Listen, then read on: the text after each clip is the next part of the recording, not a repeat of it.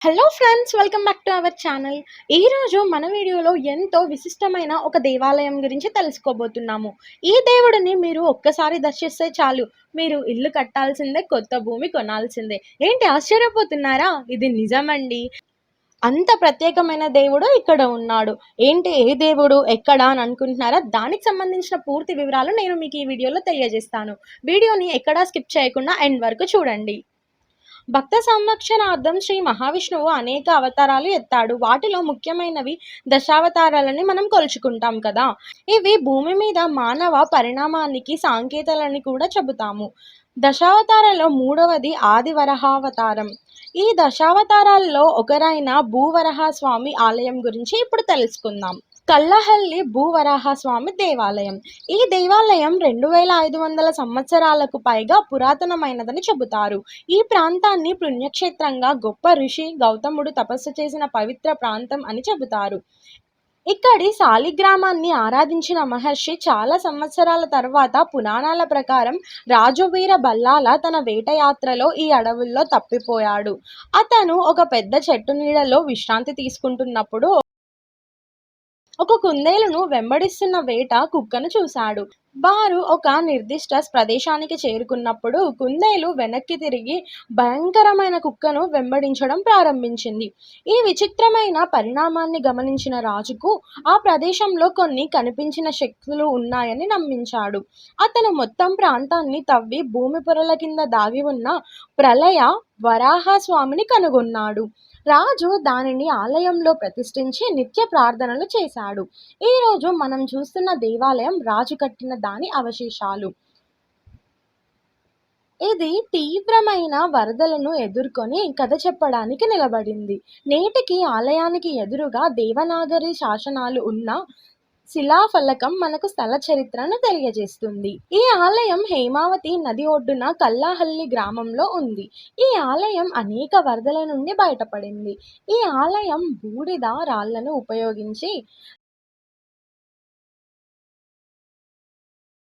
దీర్ఘ చతురస్రాకారంలో నిర్మించబడింది మరియు వెలుపడి నుండి సాదాసీదాగా కనిపిస్తుంది, కానీ లోపల ఉన్న విగ్రహం ఉత్కంఠభరితంగా ఉంటుంది. ఆలయం 2 భాగాలుగా విభజించబడింది: గర్భగృహం, గర్భగుడి మరియు బయట హాలు. ప్రధాన దేవత భూవరాహస్వామి ఎవరు? విష్ణువు యొక్క 3వ అవతారం.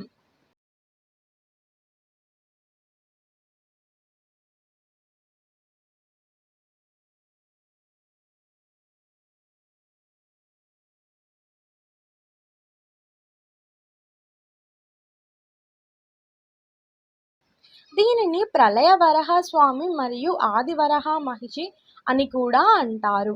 ఈ అవతారంలో హిరణ్యాక్ష అనే రాక్షసుడి నుండి భూదేవి అంటే భూతల్లిని రక్షించడానికి విష్ణువు పందిలా కనిపించాడు.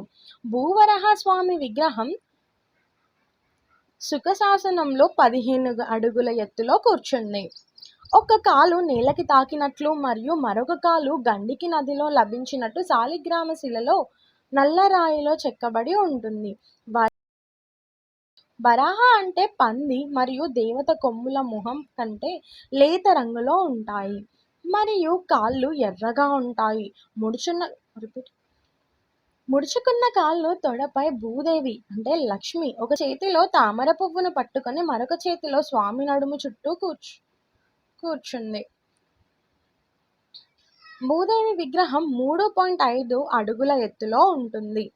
ఈ విగ్రహం 2000 సంవత్సరాల క్రితం గౌతమ మహర్షిచే స్థాపించబడిందని కూడా నమ్ముతారు. భువరాజస్వామి ఆలయంలో పక్కన హేమావతి నది ఉంది. ఈ నది ప్రవాహం ఎక్కువగా ఉండటం వల్ల ఈ నదిలో ఈత కొట్టడం, పుణ్యస్నానాలు చేయడానికి అవకాశం ఉండదు. వర్షాకాలంలో ఈ నదిలోని నీరు ఆలయం గోడకు చేరుకుంటుంది.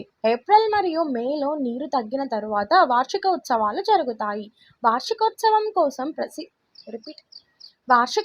ప్రతి సంవత్సరం జరుపుకుంటారు. ఈ ఉత్సవాల్లో పెద్ద సంఖ్యలో భక్తులు సమీప ప్రాంతాల నుండి పండుగలలో పాల్గొంటారు.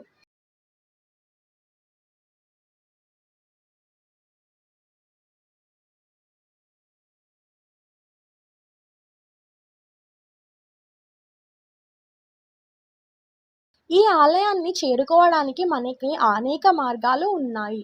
పాండవపురం నుండి ఆరతి ఉక్కడ, దాని తర్వాత బన్నంగాడి, బల్లేనహల్లి,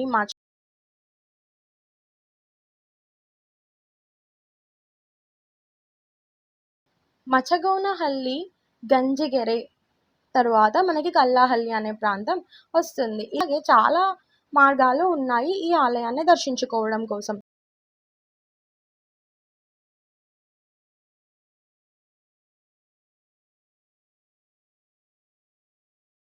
విషయాలు తెలుసుకోవాలనుకుంటే ఈ లింక్ పైన క్లిక్ చేసి కూడా మీరు ఆలయం గురించి పూర్తి వివరాలు తెలుసుకోవచ్చు. వాళ్ళ కాంటాక్ట్ నంబర్ అన్నీ కూడా ఇక్కడ ఉంటాయి.